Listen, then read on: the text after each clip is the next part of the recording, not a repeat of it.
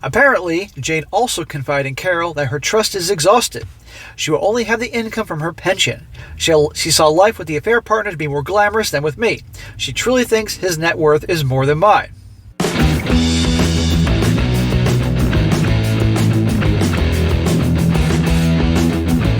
Welcome back to They Did What? Your source for the internet's craziest, most entertaining stories, where I go over them, analyze them, and most certainly make fun of them. Today, I'm going to be doing part 3 of a very anticipated story, which was titled, Terminal Man Discovers Wife is Cheating and Spends Final Days Making Sure She Doesn't Get His Money. And guys, that story, let me tell you, is definitely a very popular one, still is a very popular one, and definitely one I'll remember for a long time. As a quick recap before I get into this, because I know you guys are all eager to hear part 3 here, that's about the guy, late 60s, father and grandfather, who found out that he's terminally ill, pancreatic cancer. He found this out right before Christmas. Real nice, huh? And he has less than a year left to go. And literally the same day he found out his wife of 20 years, a couple decades, has been having an affair with one of his business partners. Great Christmas, huh? And when the guy is done processing, he decides that, you know what? I'm not going to blow up and ruin Christmas for the kids and the family, grandkids. So he keeps calm, puts on the show like nothing's happened, both to her and the family, has a wonderful Christmas with his family. Meanwhile, talks to his attorney and starts getting things rolling to divorce her and to make sure that the kids and grandkids get as much of his wealth as they can, and not let her get anything or next to anything. And this guy also, I might add, is extremely, extremely wealthy, major bucks. And also she has money too, but nothing in comparison to him. And the kids and grandkids are not from them. He married her because he had a previous, not wife, but a woman he had kids with. So none of these kids are her kids. And that was part 1. Part 2 is him essentially getting things together and breaking the news to the kids about them, the trust, them getting control of that, and what's happening with her, and things like that. Him expressing his wisdom over the years to the audience and everything, and meeting with a lawyer and all that. And now we're on to part 3. Part 3, when he drops the bomb on the missus, letting her know everything, that's over and all this, and it's going to be definitely a good one. And as you guys all recall, this guy handled this like a boss. Old school masculinity here. He kept it all inside, did what he had to do to take care of his kids, his family and all that, had the nice Christmas. And now, justice is served. And I forgot to mention that in the last video at the end, one of his wife's friends, good friends, came to him and told him about what happened, because she found out when the wife got drunk at a party, told her what happened, and said, either you tell her or I will. Of course, the wife didn't. Denied the whole thing, of course, when she sobered up. And this one went and told him, and he told her what he's going to do. So, pick up where things left off. He starts off, says here, Mike Tyson once said, everyone has a plan until they get punched in the mouth. Yes, every plan does not go exactly as you vision. Mine is not exempt from this reality. I will take a moment to set the table of my plan for you. Jay and I have a weekly date night, and we generally use the same restaurant. So much so that we have a regular table. It's in the back, still public, but away from the high energy near the bar. I decided this would be the perfect place to confront her. I plan to do it after the end of dessert. God, going in there and sitting through a whole meal, waiting to do this whole thing. Well, this guy's clearly can switch off his emotions and enjoy his, whatever the hell he's getting, his chicken parmesan or his steak or whatever he eats, and then have dessert. I don't know where they are, Olive Garden, Outback, or Ruth Chris. I got my lawyer and his wife reservations at the same time. I gave our server the payment for both of our party's meals before we began. She has been our server for years. I had Carol on call to help Jane after I leave. My plan was to end the meal with a conversation about our relationship. I wanted to record it. Then I would confront her, tell her about how I know, my diagnosis, and the plan for what I want, and give her a letter asking her not to contact me or my family or come to the farm. I would have the letter witnessed. I would also leave her a briefcase full of evidence along with the divorce papers, then get up and walk away. I expected her not to make a scene to protect her social status. So this is his plan. Quite the plan. Having his own lawyer there in the restaurant to watch this whole thing, be a witness with his wife, paying for everything up front. What could go wrong? But again, that Mike Tyson quote is dead on. He says, I did record the conversation. She gushed about how great our relationship has been over the years. She talked about how great we are as a team. I asked her if I treat her right, have I ever abused her, etc., and she said, of course not. Then I asked her, why did she cheat on me? She stated that she does not know what Carol told me about it, but that she is wrong. I told her that I already knew before Carol told me. At that point, everything I think Jane had prepared to counter this conversation left, and so did the color in her face. All she could do is ask, what? I then told her to let me get through this without interruption, and she shook her head in agreement. She went from the confident and prideful woman to a woman with a deer-in-the-headlights look. All she could do is nod. Because she knew that you had her.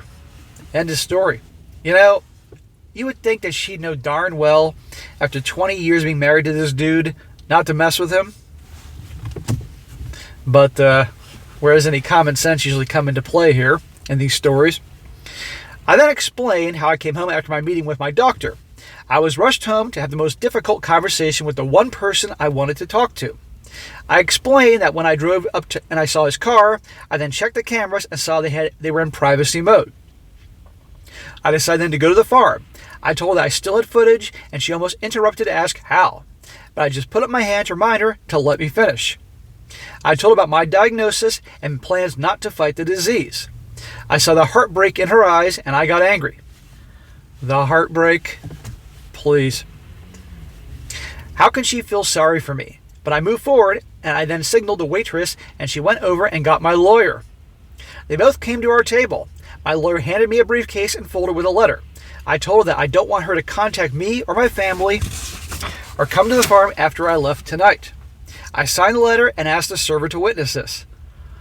Holy shit. This sounds almost like too crazy to be true. But then again, truth is stranger than fiction. The lawyer, the server, all that. The lawyer and the server then watched me give the letter to her, and I dismissed them. I then concluded by giving the briefcase to Jane. I told her how I know much more than she expects, and I was totally destroyed. Then that there are divorce papers in there already signed by me, and she can sign them and start the divorce proceedings. I told her that I don't expect to survive a contested divorce, that as long as I'm alive, she can stay at the home in town. I will be at the farm. I will not see her after tonight. I don't want to hear any excuses. I have called Carol to help her home. There you go. Like a boss, like a business deal. There's no emotions, no feelings, nothing. It's like Revenge of the Sith when Darth Sidious, the Emperor, says to recently turned to the dark side Vader, do what must be done, Lord Vader. Do not hesitate, show no mercy. Right there. In true fashion, Jane kept her composure in public. She just uttered a quick "but," and I just reminded her that I'm leaving and I am done. I went to the server and gave her a generous tip, found the owner, and apologized for not giving him a heads up. As I'm leaving, I see my son at the door with Carol. Carol passes me with a quick smile and then a concern in her eyes for Jane. My son grabs my truck and his wife drives me to the farm. My son and his wife stayed with me Friday night. I finally got them to go home at midnight. I went to sleep with a great sense of relief, but with a renewed feeling of loss. But I was able to accomplish the task I needed to do. The family came to the farm on Sunday to make sure that I was okay. I felt a bit coddled, but it was a good day until Carol came by in the afternoon. She said that Jane fell apart Friday night, but I guess contacted her affair partner on Saturday. After the conversation, Jane realized she was just being used by the affair partner and was really in a bad state. Oh, now she realized she's being used. That affair partner, who was a business partner of his, no doubt, obviously was very envious, very jealous of him, and this is his way of sticking it to the guy by, having the affair with his wife.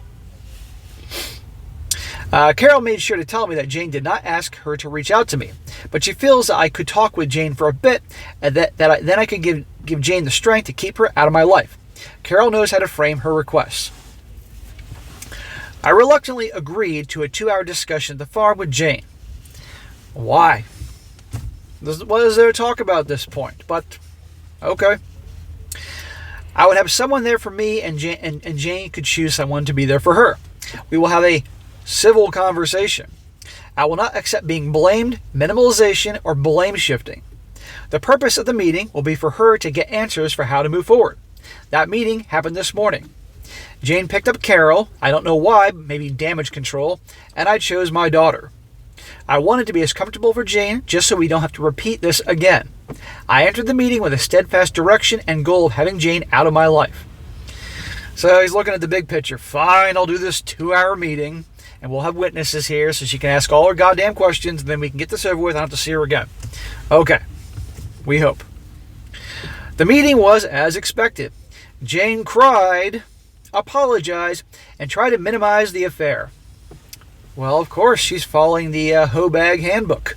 That's what they all do in these stories. They cry, they minimize, and typically try to blame the guy. You weren't there for me. We always went to the same restaurant. You were always working. Blah, blah, blah. I was not having any of it. I laid out that she will have a place to live until my death. Then the house decision will be on the trustees. I explained that she will not see anything from my estate or from the trust. But she has her 6-figure pension and her trust, so she'll be just fine. I have to rant about something. She said, why won't you fight for me or us? Fight for her? Fight for us? What do you mean? Why should he do it? Number one, he's fighting to stay alive as many days as he can to wrap this up and settle his affairs and see family. He's fighting for his own life because the clock is ticking for him. But he should be fighting for us, even though you're the one that ruined us. Typical from the Hobag handbook. I almost broke loose my temper at her. But I just responded with, I don't care about you or us anymore. That kind of destroyed her. Oh, poor baby. The little violins are going off. Here I am going to express my anger. This is the mind of a selfish cheater. All they think about is themselves. That even after destroying someone, they expect to have enough value in that person's eyes to fight for. F that. I was not worth fighting for against her desires or greed. F her. Sorry for the rant. Dude, if anybody deserves a moment to rant, it's you. Jane gets the answer she asked for, but in hindsight did not want them. I don't want another meeting. I feel continuing the meetings just distracts me from what I want to do.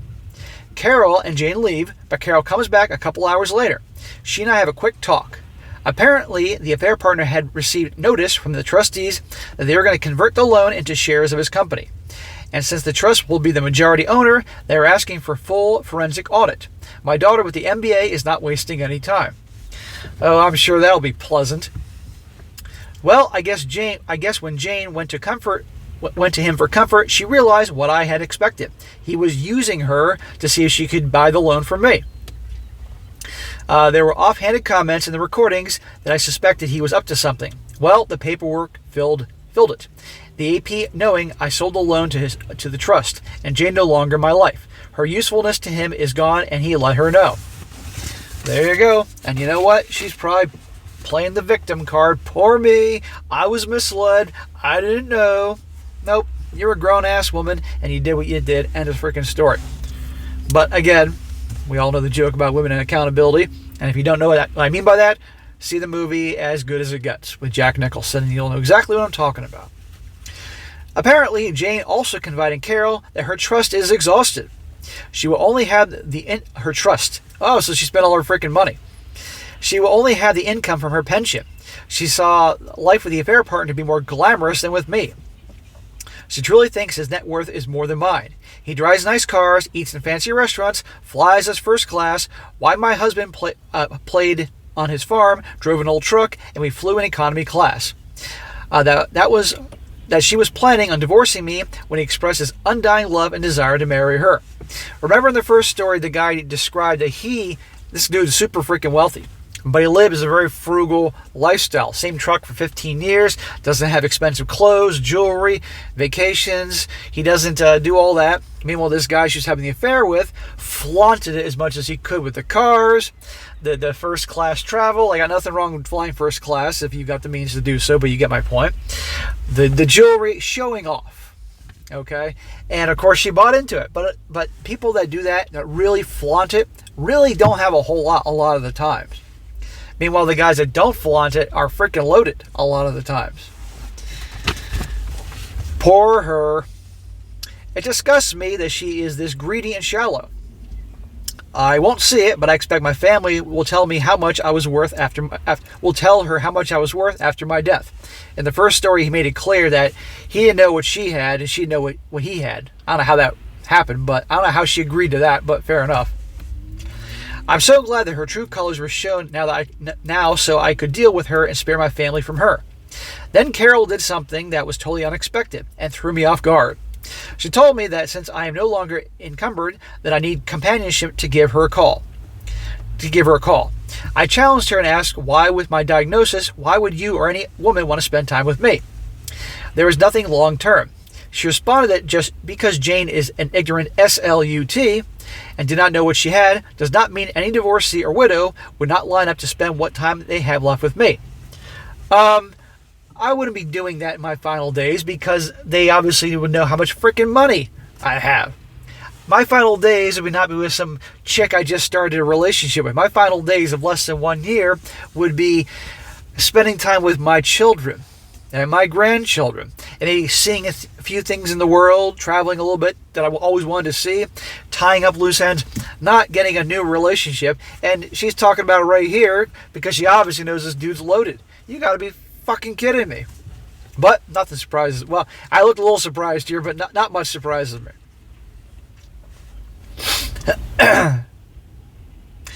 Says here that I'm a hell of a man and any time with me would be cherished.